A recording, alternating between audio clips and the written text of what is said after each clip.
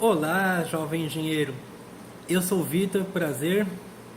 Eu sou do canal Lhamastê e estou aqui para resolver a atividade número 2 e atividade número 3 da semana 3 da disciplina de informática para os estudantes de engenharia de computação e engenharia de produção da Univesp. Vamos lá para o exercício número 2. A organização interna dos processos inclui alguns componentes básicos com funcionalidades específicas. Relacione os componentes a seguir com suas finalidades. Esse exercício ele está mais como conceitual. Então, é basicamente relacionar o tipo de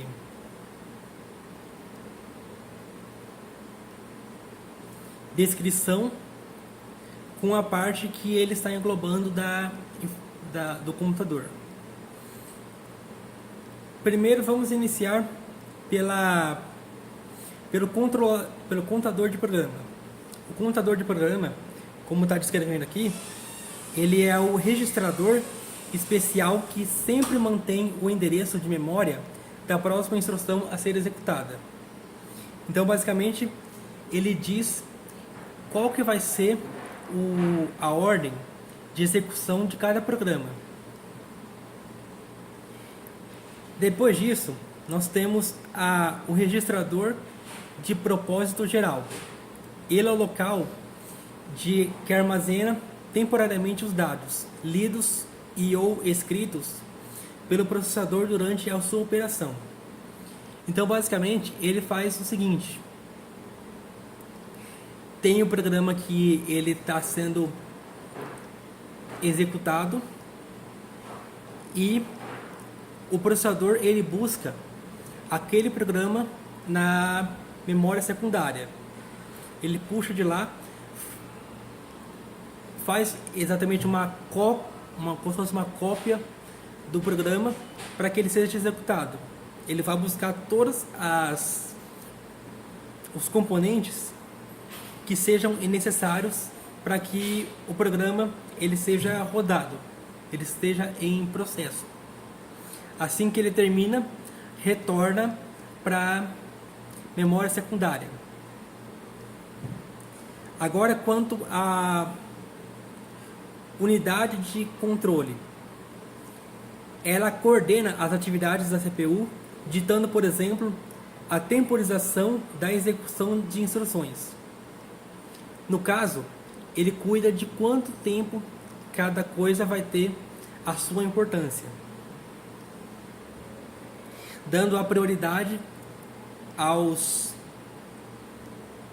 arquivos e softwares que possam auxiliar o sistema operacional e os demais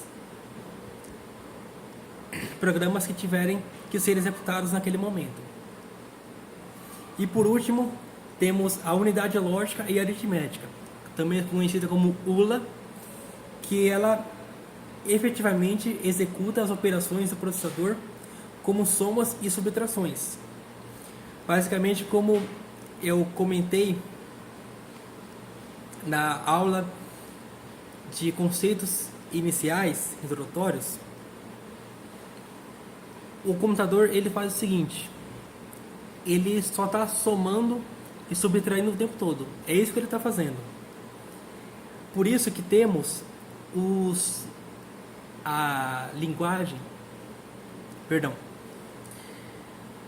códigos binários, que eles estão apenas ou sim ou não, aquilo ou outra coisa, aceso ou apagado. Então, basicamente, o computador ele está realizando a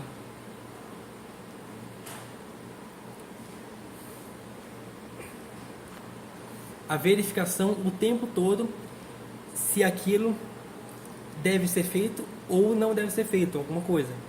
Então é isso que o computador está fazendo o tempo todo. Vamos à pergunta 3. Computadores modernos utilizam diferentes tipos de memória para propósitos distintos. Relacione os tipos de memória a seguir com suas funcionalidades. Primeiro, vamos à memória principal. O que diz aqui? Memória volátil, que é a primeira a receber os programas dados assim que eles são executados abertos. Dentre os tipos de memória volátil, é a mais abundante no computador. A memória volátil, ela funciona da seguinte forma: enquanto houver energia elétrica, o computador que está ligado, ele vai ter essa memória funcionando. Os dados que forem salvos ali, eles dependem da quantidade de energia que estiver sendo passada por lá. Quando não houver mais energia, essa memória ela se perde.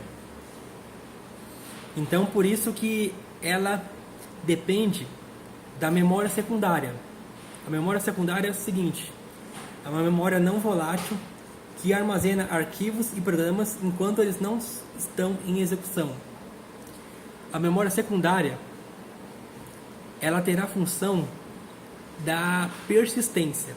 A persistência é o salvamento completo de um arquivo, seja uma execução de um jogo,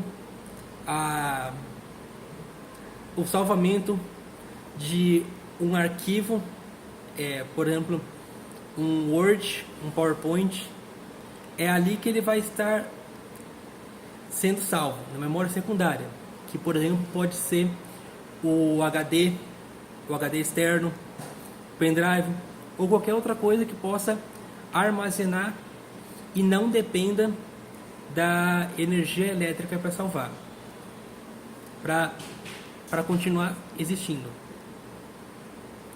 Já a memória cache é uma unidade de memória volátil rápida que, embora não seja abundante, armazena temporariamente, como eu disse, temporariamente, instruções e dados recentemente utilizados para acelerar seu eventual reuso pelo processador. A memória cache, ela vai estar junto com o processador. Ela vai estar no processador, no caso. Imagine que temos uma parede onde tenha uma estante de livros. Os livros que são mais utilizados, eles vão estar perto, eles vão estar na parte de baixo, para que possam ser utilizados com maior frequência.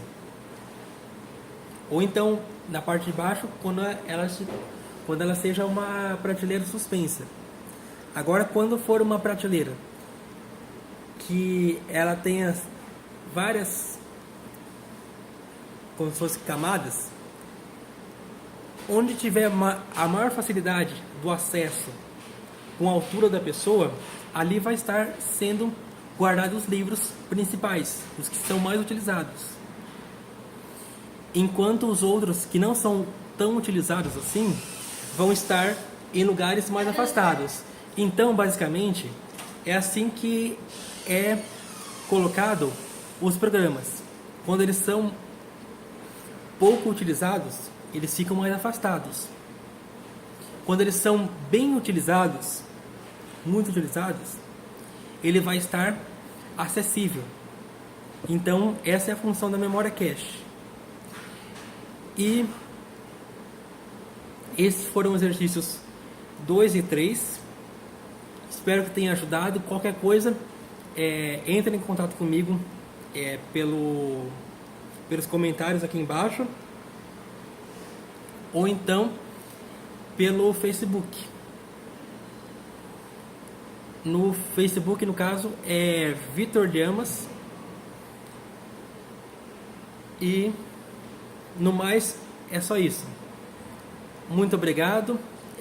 Curtam, compartilhem e se inscrevam nesse canal. E Namastê.